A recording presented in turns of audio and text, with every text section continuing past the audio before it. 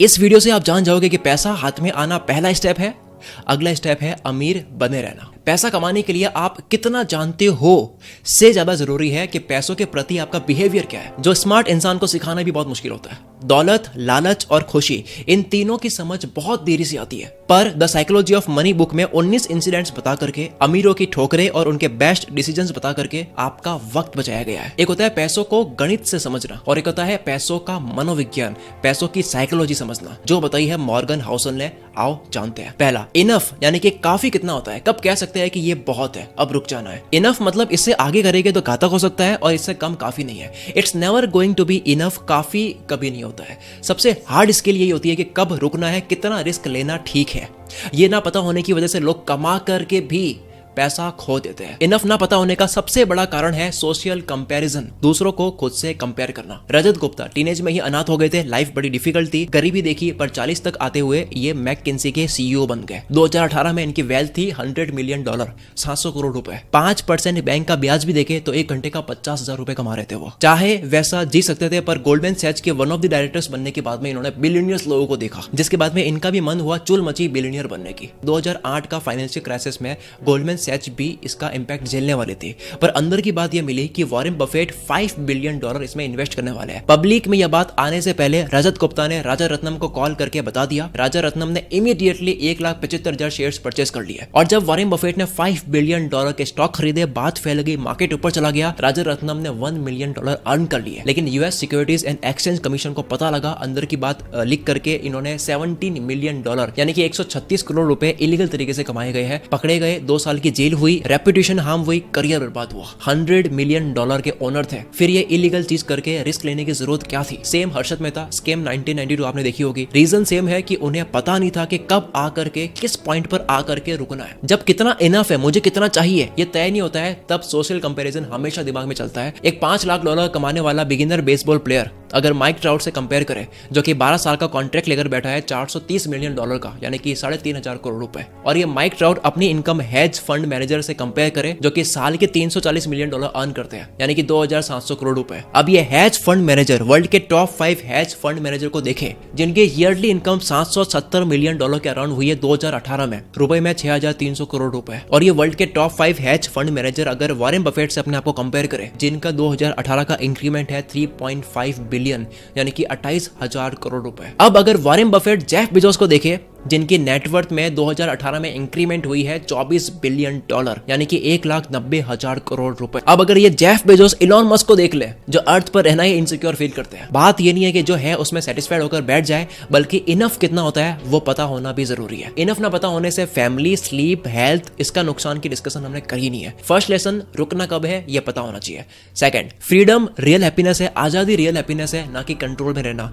People always want to be in driver seat, लोग अपनी life में इंचार्ज खुद बनना चाहते हैं, वो पावरलेस फील करना ही नहीं चाहते। कार्ल पिलरमैन ने अराउंड 1,000 ओल्ड एज अमेरिकन को इंटरव्यू किया, एक ने भी ये नहीं कहा कि हैप्पीनेस तब मिलेगी जब आप एटलीस्ट उतना कमा लो जितना कि आपके आसपास के लोगों के पास में है, नहीं जरूरत है उसकी भी। एग्जांपल, कोई कमा रहा है लेकिन बॉस के कंट्रोल में है, खुश नहीं है, लेकिन कोई कम कमा रहा है लेकिन आजाद है, वो खुश है। यहाँ समझते हैं the man in the car paradox. इससे पहले पैराडॉक्स का मतलब समझते हैं। Eating healthy is the only choice. Choice तब यूज करते हैं जब एक से ज्यादा ऑप्शन होते हैं, लेकिन यहाँ पे लिखा है ओनली चॉइस। भ्रम पैदा करने वाली सिचुएशन, मतलब आपके एंगल से किसी के कार देख करके लग रहा है कि इसके तो मजे चल रहे हैं, लेकिन हो सकता है कि उसके एंगल से उसकी ईएमआई चल रही है। अगर आपके एंगल से किसी के कार देख करके आपका सपना बन गया है, लेकिन उसके एंगल से तो वो तो कंट्रोल में है और वो अपनी लाइफ से नफरत करता है। ये एक सोशल पैराडॉक्स है। इन्वेस्टमेंट बैंकर का काम इतना हेक्टिक है, बहुत पैसा है, बहुत इज्जत है, पर बाद में सफोकेशन वाली फील आती है। हजारों लोगों का कहना है कि वो इस फील्ड में 4-5 साल के बाद में वो छोड़ देते हैं। लेसन क्या है? किसी और की सफोकेशन, किसी और की घुटन को आप अपने सपने मत बनाओ, अपनी रियल हैप्पीनेस और फ्रीडम को खुद देखो। तीसरा लेसन,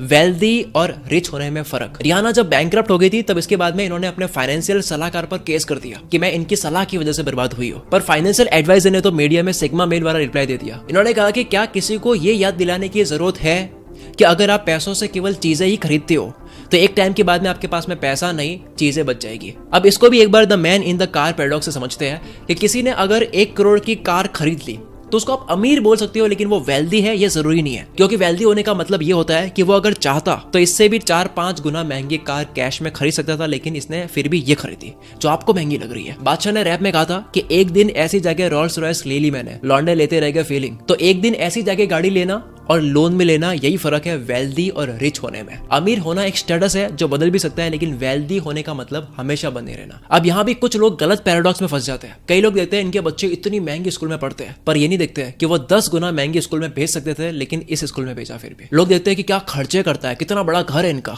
लेकिन ये नहीं देखते कि वो 10 गुना महंगा घर खरीद सकता था, लेकिन फिर भी ये खरीदा। मतलब वो कितना संभल के चल रहा है, वो एंगल नहीं देखा। 1970 में ऑयल क्राइसिस आ गया था, पॉपुलेशन बढ़ती जा रही थी, ऑयल कम पड़ रहा था, पर इंजीनियर्स ने ऐसी मशीन्स बना दी कि उतना ही काम कम ऑयल में हो पाए। आज की बात करें तो 1950 की तुलना में 60% से भी कम फ्यूल में मशीन उतना काम कर देती है। तो हमने क्या करा, हमने और फ्यूल डिस्कवर करने के बारे में नहीं सोचा, हमने उसी फ्यूल को एफिशिएंटली यूज करना सीखा। वेल्दी बनने के लिए भी जितनी कमाई है उसी को एफिशिएंटली खर्च करने का सिस्टम बनाओ, क्योंकि पैसा कमाना और जोड़ना दोनों अलग है। लाइक बाल्टी में पानी डाल रहे हो लेकिन बहुत सारे हॉल्स है, तो वो पानी बाहर निकल जाएगा। हम जैसे आगे बढ़ते हैं पुरानी चीजें तो हमें कम ही लगती है। एक सबसे अच्छा एग्जाम्पल है स्कूल के टीचर्स का।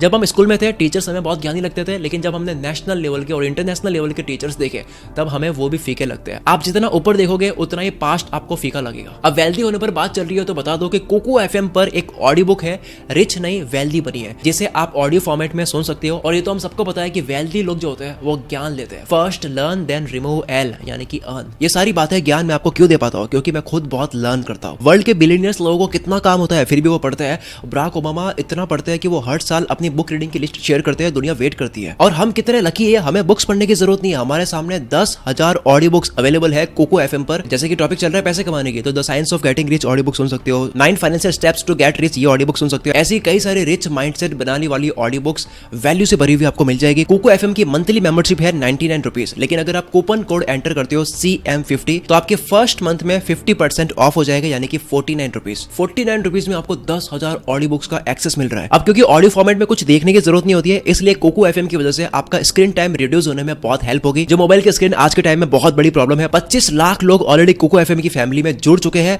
आप भी जुड़ना चाहते हो तो लिंक आपको डिस्क्रिप्शन में और कमेंट बॉक्स में मिल जाएगा। चलो आ जाते हैं नेक्स्ट पॉइंट पर। फोर्थ पॉइंट है don't be logical be practical. ये इंटरेस्टिंग पॉइंट है। आपको फीवर आता है, मैं कहता हूं कि चलो ध्यान रखो, दवाई खाओ, डॉक्टर को दिखाओ, तो आपको मैं नॉर्मल लगूंगा। लेकिन अगर आपको मैं कहूं कि यार बड़ी अच्छी बात है आपको बुखार आ गया, फीवर तो यूजफुल है बॉडी के लिए, इसको रहने दो बॉडी में, इम्यूनिटी बढ़ती है, तो आप मुझे पागल समझोगे। लेकिन 1927 में जूलियस वैगनर जॉरे को नोबेल प्राइज मिला, जिन्होंने ये पैटर्न नोटिस करा कि फीवर आने के बाद में मरीजों का सिफिलिस जल्दी ठीक हो रहा था। तो इनको आइडिया आया कि क्यों ना आर्टिफिशियल तरीके से मरीजों को बीमार करा जाए ताकि इनकी बॉडी तैयार हो जाए आगे के लिए, जैसे कि कोरोना वायरस की वैक्सीन में होता है। अब लॉजिकली देखे तो इनको जान करके बीमार करना, इंजेक्शन देकर के, ये तो बेवकूफी लगती है लॉजिकली देखे तो, पर प्रैक्टिकली देखे तो ये काम करता है, जिसके लिए इनको नोबेल प्राइज मिला। फीवर खराब लगता है क्योंकि इसमें दर्द है और दर्द हमें पसंद नहीं है, पर अगर इस दर्द की हमें मीनिंग पता लगती है तब हमें वो दर्द परेशान नहीं करता है। लैग्स की एक्सरसाइज लगाते हैं, हमें दर्द होता है लेकिन परेशान नहीं करता है क्योंकि उसकी मीनिंग पता है।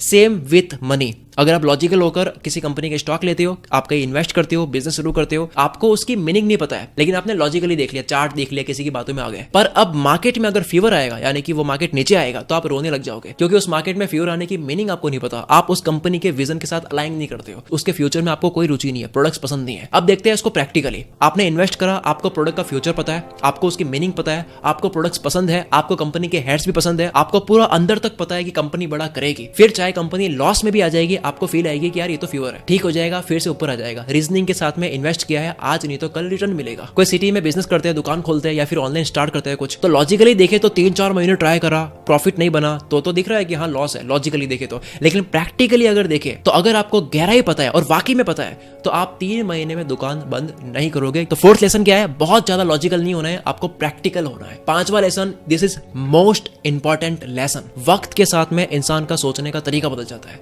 एक इंसान का सपना था डॉक्टर बनना, उसने बहुत मेहनत करी, एंट्रेंस एग्जाम पास करा, उसने डॉक्टर की पढ़ाई करी, बहुत पैसा लगाया, डॉक्टर बन गया। उसके कुछ साल के बाद में दोस्त का फोन आता है, भाई तू तो बहुत कमा रहा है। तो वो डॉक्टर कहता है कि कहाँ कमा रहा हो यार, बहुत खराब प्रोफेशन है। दोस्त कहता है अच्छा तेरा तो सपना था, तो ये बनना चाह रहा था, तो जान दे रहा था इसके लिए। डॉक्टर कहता है हाँ लेकिन इतना बुरा था ये नहीं पता था, अब मेरा इंटरेस्ट ये नहीं रहा। टाइम के साथ में इंसान का नजरिया और इंटरेस्ट बदल जाता है। अब अगर हर बार हम बदल सकते हैं तो प्लानिंग क्यों करें फिर? इसका जवाब यह है कि आपको एक्सट्रीम में प्लानिंग नहीं करनी है। एक इंसान है जो पूरे मजे करता है, काम बिल्कुल नहीं करता है, और एक इंसान है जो सिर्फ काम करता है, सोचता है कि बाद में कभी मजे करेंगे। अब इन दोनों को ही नहीं पता है कि बाद में ये दोनों ही बदल जाएंगे। बिजी इंसान की इच्छाएं बदल जाएगी कमाने के बाद में, जो कमाने से पहले सोची थी कि मैं ये करूंगा, और ये जो मजे वाला आदमी है इसकी भी इच्छा बदल सकती है कि अब मुझे सीरियस होना है, बड़ा करना है। तो लाइफ बहुत फ्लेक्सिबल है, दुनिया, मार्केट, टेक्नोलॉजी सब कुछ बहुत फ्लेक्सिबल है, सब बदलता है। इसके लिए आप तैयार रहो। हमें खुद नहीं पता 20 साल 25 साल के बाद हम क्या कर रहे होंगे, क्या इंटरेस्ट होगा। मैं इतना खतरनाक लेवल का इंट्रोवर्ट था कि मेहमान घर पे आते मैं बात करने से डरता था, और आज मैं आपके सामने खटखट बात बोलता हूँ कैसे चीजें बदल जाती है। सॉल्यूशन प्लानिंग करनी है पर एक्सट्रीम में नहीं करनी है, बैलेंस होना चाहिए। क्योंकि जो आप जी जान लगा करके कर रहे हो वो पाकर, वो खरीद कर या वो बंद कर आप कितने सेटिस्फाई हो गए वो तो पाने के बाद या बनने के बाद ही पता लगेगा। हमारे सपने भी बदलते रहते हैं, हमने कितनी बार देखा है। अब 100 बात की एक बात बोलो तो ये कि things that never happened before happen all the time. जो आज से पहले कभी नहीं हुआ वो होता रहता है। पहले फिर भी स्लो था, लेकिन आज 2-2 साल में मार्केट बदल जाती है। एग्जांपल, कोडर कितने साल लगा करके एक कोई लैंग्वेज पर पकड़ बनाता है, पता लगता है उस कोडिंग लैंग्वेज का काम मार्केट में इतना है नहीं। और ऐसा आप भी देख रहे होंगे कि एआई की वजह से कितनी चीजें बदल चुकी है। एक्सट्रीम प्लानिंग बाद में हर्ट कर सकती है। So always be ready for surprises. पैसों के लेवल पे तो बहुत ज्यादा, आप पाम ट्रीज बनो, फ्लेक्सिबल रहो, जैसा है वैसा उसमें ढल जाओ। सो ये थे 5 powerful lessons from the book the psychology of money. अगर आपने लास्ट वीडियो नहीं देखी जो कि है अमीरों के 17 रूल्स, इसमें the secrets of Millionaire mind book पूरी एक्सप्लेन कर रखी है, तो वो जरूर देखें। आपके स्क्रीन पर फ्लैश हो रही होगी, डिस्क्रिप्शन में लिंक है, उसको जाओ जरूर देखो। और पैसों से रिलेटेड काफी ऑडियो बुक्स आपको कोको एफएम पर भी मिल जाएगी, तो कोको एफएम का लिंक आपको डिस्क्रिप्शन में और कमेंट बॉक्स में भी मिल जाएगा। मिलते हैं अगली वीडियो में। Wish you all the very best. मैं शकील कुल मित्रों से आपके सपनों को सपोर्ट करता हूं।